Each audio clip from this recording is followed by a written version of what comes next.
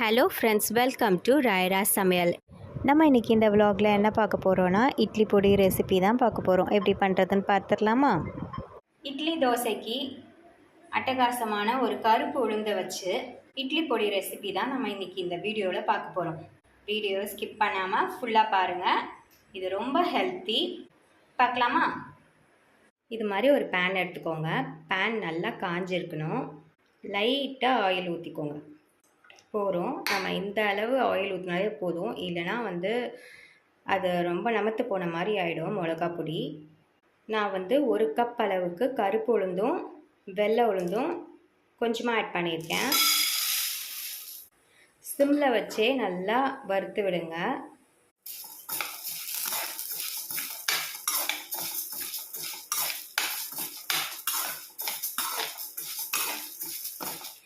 ஏன் நான் வெள்ளை உளுந்து ஆட் பண்ணியிருக்கேன் அப்படின்னா, நிறையா பிகினர்ஸ்க்கு இது கருப்பு உளுந்து ஆட் பண்ணி வறுக்கிறதுனால இது சீக்கிரமாக வறுபட்டுருச்சா என்னன்னு தெரியாது.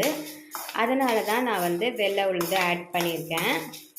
இப்படி நீங்கள் போட்டிங்கன்னா சீக்கிரமாக அந்த வெள்ளை உளுந்து கருப்பாகி வரும் இல்லையா, கோல்டனாக ஆகும் இல்லையா, அப்போ உங்களுக்கு தெரியும் நல்லா வறுபட்டுருச்சு அப்படின்ட்டு. ஸோ நான் எல்லா இன்க்ரீடியன்ஸுமே நான் ஒன்றா போட்டு தான் எப்போவும் வறுப்பேன். அதனால் நான் 1/2 கப் அளவுக்கு நான் கடலைப்பருப்பு ஆட் பண்ணிக்கிறேன். இங்கே நான் ஒரு 24 மிளகா போல் எடுத்திருக்கேன், வர மிளகா. அது கூடவே நான் வெள்ளை எள்ளு ஆட் பண்ணிக்கிறேன். இப்போ இது எல்லாத்தையுமே நல்லா ஸ்லோ ஃப்ளேமில் வச்சு நல்லா வறுத்து விடுங்க.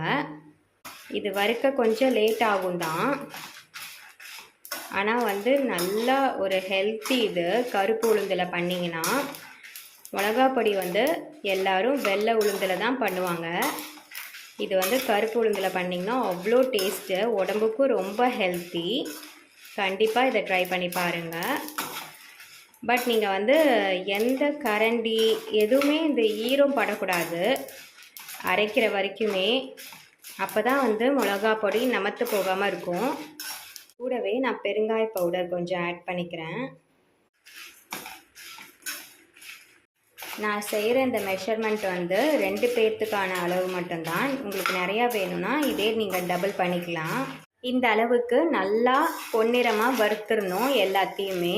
உங்களுக்கு இது சலசலப்பாக அந்த சவுண்டு கேட்கும் நம்ம வறுக்கும் போதே. அப்போ நல்லா ப்ரௌனிஷாக ஆகிடுச்சு எல்லாம் அப்படின்ட்டு உங்களுக்கு தெரியும்.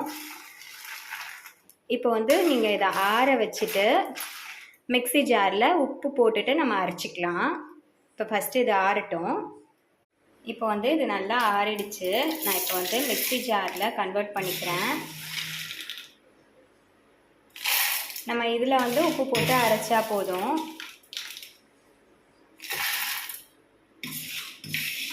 இதை கண்டிப்பாக உங்கள் வீட்டில் எல்லோரும் ட்ரை பண்ணி பாருங்கள். ட்ரை பண்ணி பார்த்துட்டு எனக்கு எப்படி இருக்குன்னு ஃபீட்பேக் சொல்லுங்கள்.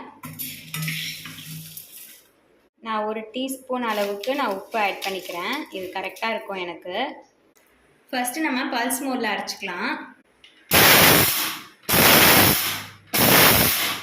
இப்போ நார்மலாக ஃபஸ்ட் ஸ்பீடில் டர்ன் பண்ணிக்கலாம்.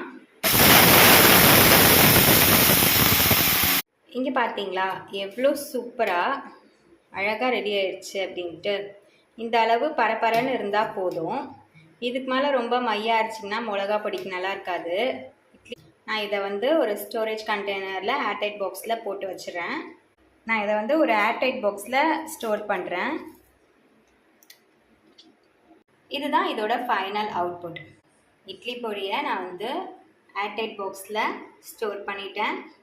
இதை எல்லோரும் கண்டிப்பாக ட்ரை பண்ணி பாருங்கள். உங்களுக்கு எக்ஸ்ட்ரா வேணும்னா இதுக்கு டபுள் மடங்கு நீங்கள் போட்டுக்கலாம். இதை எல்லோரும் கண்டிப்பாக ட்ரை பண்ணி பார்த்துட்டு எனக்கு ஃபீட்பேக் சொல்லுங்கள் எப்படி இருக்குன்னு சொல்லிவிட்டு. இந்த வீடியோ பிடிச்சிருந்தா லைக்கை தட்டி விட்டுருங்க. மறக்காமல் ராயரா vlog ஃபாலோ பண்ணுங்கள்.